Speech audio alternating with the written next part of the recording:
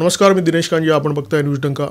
विधानसभा निवडणुकीची रणधुमाळी सुरू असताना ठाकरे पितापुत्रांची अत्यंत उन्मत्त अशा प्रकारची विधानं सतत ऐकायला मिळत होती. जर आमची सत्ता आली, जर आमचं सरकार आलं तर अमुक करू तमुक करू, या शब्दामध्ये सरकारी कर्मचाऱ्यांना आणि इतरांना धमकवण्याचं काम सुरू होतं. आदित्य ठाकरे यांचं एक विधान या काळामध्ये विशेष गाजलं. ते असं म्हणाले की आमची सत्ता आली तर दादागिरी करणाऱ्यांना बर्फाच्या लादीवर झोपवू.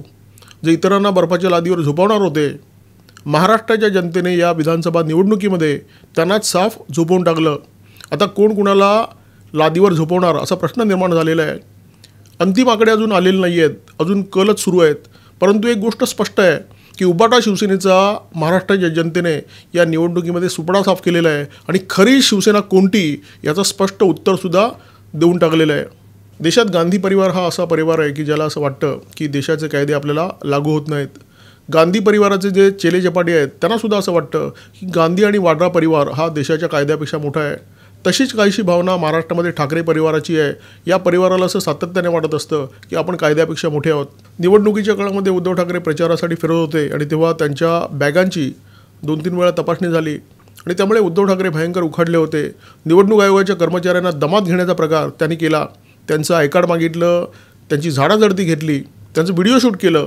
हा सगळा प्रकारचा आचरटपणा उद्धव ठाकरे करत होते आणि याच काळामध्ये त्यांचे युवराज इतरांना बर्फाच्या लादीवर झोपवण्याची धमकी देत होते. निवडणुकीच्या काळामध्ये राजकीय पारा चढलेला असतो आणि त्यामुळे उद्धव ठाकरे, आदित्य ठाकरे अशा प्रकारची विधानं करत होते का? या प्रश्नाचं उत्तर नाही असं द्यावं लागेल.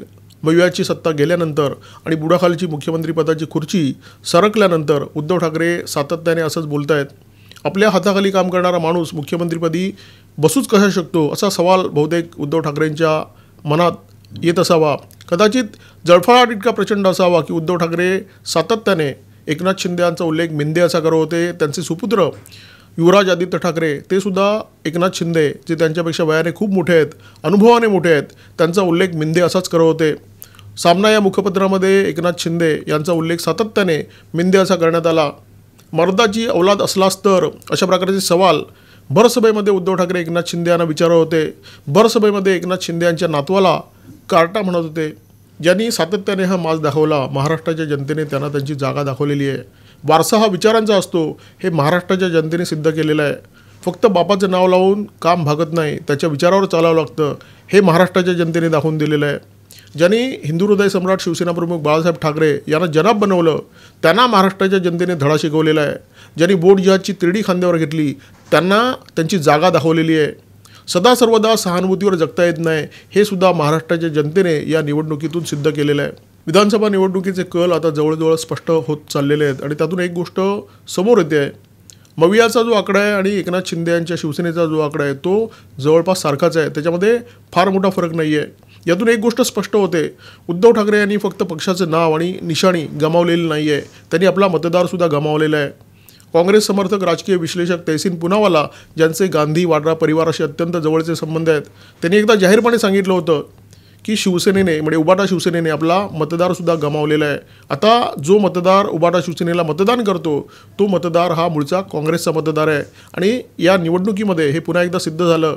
हिंदुत्ववादी मतदार आणि कडवट शिवसैनिकांनी उद्धव ठाकरे यांना स्पष्टपणे नाकारलेलं आहे. शिवसेनेचे जे परंपरागत मतदार आहेत त्यांनी उद्धव ठाकरे यांच्या पक्षाचं मुस्लिम तुष्टीकरण नाकारलेलं आहे.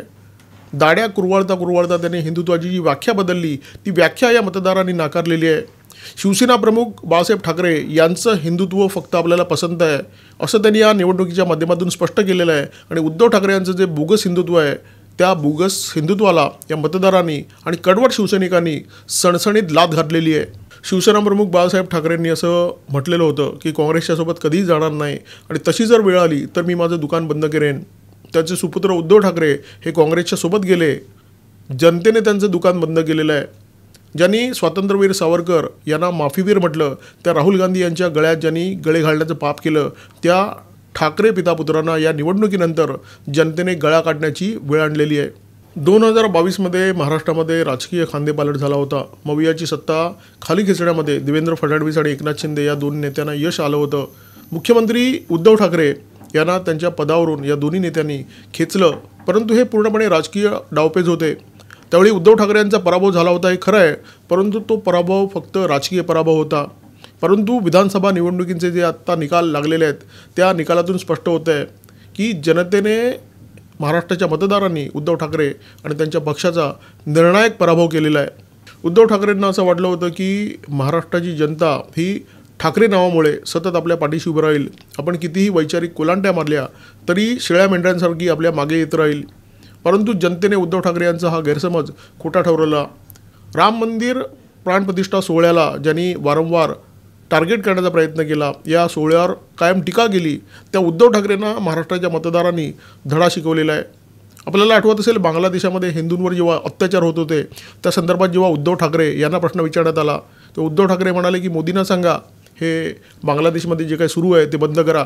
आणि हे बोलत असताना उद्धव ठाकरे चक्क दात काढत होते. महाराष्ट्राच्या मतदारांनी त्यांनी बाहेर काढलेले दात त्यांच्या घशात घातलेले आहेत.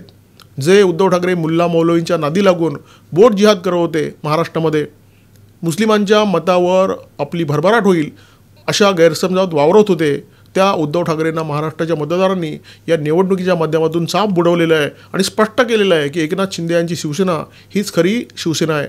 न्यूज डंकाच्या या व्हिडिओमध्ये तुर्तास इथेच थांबतो. महाराष्ट्राच्या हिंदुत्ववादी मतदारांना लाख लाख धन्यवाद की ज्यांनी उद्धव ठाकरे यांच्यासारख्या दुटप्पी नेत्यांना, उद्धव ठाकरे यांच्यासारख्या संधीसाधू नेत्यांना या निवडणुकीच्या माध्यमातून त्यांची जागा दाखवली आणि हिंदुत्वाचा विजय या महाराष्ट्रामध्ये करून दाखवला. व्हिडिओ आवडल्यास लाईक करा, शेअर करा आणि आठवणीने सबस्क्राईब करा न्यूज डंका.